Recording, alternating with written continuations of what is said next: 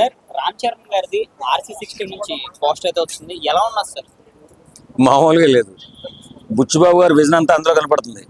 5 సంవత్సరాల కష్టం, బుచ్చిబాబు గారి కష్టం అందులో కనపడుతుంది. ఖచ్చితంగా సెన్సేషనల్ మూవీగా త్వరలో మన ముందుకు రాబోతుంది పెద్ది. పెద్ది ఈ మూవీ నుంచి పోస్టర్ మనం టైటిల్ చూసుకుంటే అది ఈస్ట్ అండ్ వెస్ట్ ఏపీలో మంచి పేరు. దీనికోసం ఏం చెప్తారు? అది ఎక్కువ పెద్దోళ్ళు ఉంటారు కదా, అంటే ముందుగా పుట్టిన సంతానానికి ఒక పేరు పెడుతూ పెద్ది అని పిలుచుకునే అలవాట్లు కూడా ఉంటాయి అక్కడ. అలాగే పేరు కూడా పెడతారనమాట. పెద్దారెడ్డి ఇలా చాలా ఉంటాయి, పెద్దిరెడ్డి ఇలాగ ఉంటాయి. కాబట్టి అక్కడ మాత్రం ఆ పేరు పాపులారిటీ ఉంది కాబట్టి ఆ సినిమా కూడా అంత పాపులర్గా హిట్ అవుతుంది. బుచ్చిబాబు గారు ఇప్పుడు చెప్పుకున్న సినిమా తర్వాత ఆయన ఎంత పెద్దది, ఏఆర్ రెహమాన్ గారు, అలాగే జాన్వీ కపూర్ గారు, మన రామ్ చరణ్ గారు ఎలా ఉండొచ్చు? మరో సంచలనం కాబోతుందండి ఈ సినిమా. ఎందుకంటే కథ మాత్రం చాలా బాగుంటుంది. రివీల్ చేయలేదు కానీ వాళ్ళు చూసారా, పోస్టర్ చూసారా?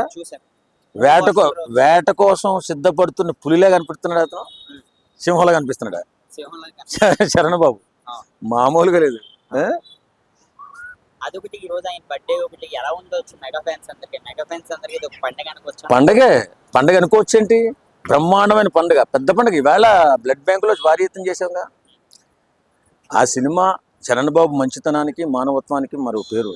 అలాంటి వ్యక్తికి ఈరోజు జన్మదిన శుభాకాంక్షలు తెలియజేస్తూ చాలామంది కూడా పెద్ద పోస్టర్ని చూసి చాలా ఆశ్చర్యపోయి, చాలామంది నా ఫ్రెండ్స్ కూడా చెప్పారు, అనే సినిమా ఎలా ఉండబోతుంది అని అడిగితే ఏం డౌట్ పెట్టుకోవద్దు, pan India movie, sensational hit, దానికి తిరిగేలేదని చెప్పాం.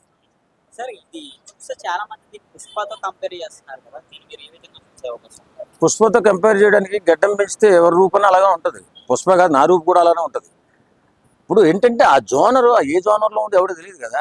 పుష్ప ఏ జోనర్లో ఉంది అదొక బ్యాక్గ్రౌండ్, ఇది వేరే జోనర్లో ఉంటుంది. కాదు మనిషి గడ్డం పెంచిన పుష్ప అయిపోతాడా? పుష్ప ఒకటి పెద్ద కూడా అవ్వచ్చు. అసలు ఎందుకని అల్లు ఫ్యాన్స్ కి మెగా ఫ్యాన్స్ కి గొడవలు అవుతున్నాయి సార్ సోషల్ మీడియా విషయం? గొడవలు ఏముందండి, అలాగే ఒక బాగా ఎదిగినటువంటి ఎప్పుడైనా సరే సందర్భంలో ఒకప్పుడు రామారావు నాగేశ్వరరావు విపరీతంగా గొడవ అయ్యేది. ఎంత స్నేహంగా ఉన్నారో అంత స్నేహంగా, అంటే వారు కాబట్టి వీళ్ళిద్దరూ పాన్ ఇండియా స్టార్లు అయిపోయారు కాబట్టి వీళ్ళిద్దరి మధ్య 4 ఉంటుంది. ఇద్దరు బాగానే ఉన్నారండి వ్యక్తిగతంగా చూసుకుంటే, కానీ ఫ్యాన్స్ ఎందుకని ఇంత ట్రోలింగ్ చేస్తున్నారు అంటే, ఇప్పుడు రామ్ చరణ్ గారు దాని మీద మీరు కింద కామెంట్స్ చూసారో లేదో, చాలా వచ్చినాయి. దీనికోసం ఏమంటే వాళ్ళు ట్రోల్ చేసేవాళ్ళు ట్రోల్ చేస్తుంటారు. మనకు వచ్చిన అవకాశం ఇప్పుడు సోషల్ మీడియా వల్ల ట్రోలింగ్స్ వచ్చాయి. అప్పట్లో చాలా రాసేవారు, గోడల మీద రాసేవారు. నీకు అర్థం, మా వయసులో ఉన్నప్పుడు రామారావు గారు, నాగేశ్వర గారు పోటాపోటీగా ఉన్నప్పుడు ఇలాంటి వారే జరిగేది. ఫ్యాన్స్ వారే, వాళ్ళిద్దరు మాత్రం మరి కలిసి ఉండేవారు. అందుకే ఒక సందర్భంలో రామారావు గారు సిగరెట్ కాలుస్తుంటే నాగేశ్వర గారు ఇలా వెలిగించి మేమందరం ఒకటేరా, మీరు మారండి అని ఆ రోజు చెప్పారు. ఈ రోజు వీళ్ళు కూడా అదే చెప్తున్నారు.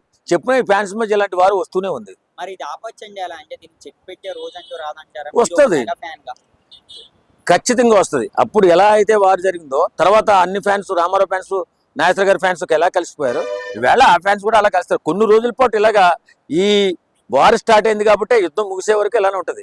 ముగిసిన తర్వాత ఏముండదు, తర్వాత అంతా కలిసి ఉంటుంది. పెద్ద విషయానికి వస్తే, పెద్దతో రామ్ చరణ్ గారు 1000 కోట్ల క్లబ్ లో జాయిన్ అయ్యే అవకాశం ఉందా లేదు? ఖచ్చితంగా అండి. ఆ సినిమా మీరు చూద్దరు కానీ, మనం మాట్లాడుకున్న మాటలు రికార్డెడ్ ఉంటాయి. ఈవేళ అది ఎంత సెన్సేషన్ సృష్టిస్తుందో, ఏఆర్ రెహమాన్ మ్యూజిక్ మామూలుగా ఉండదు. సినిమా గుండె ఎదిరిపోద్ది అంతే. Okay, thank you sir. Thank you.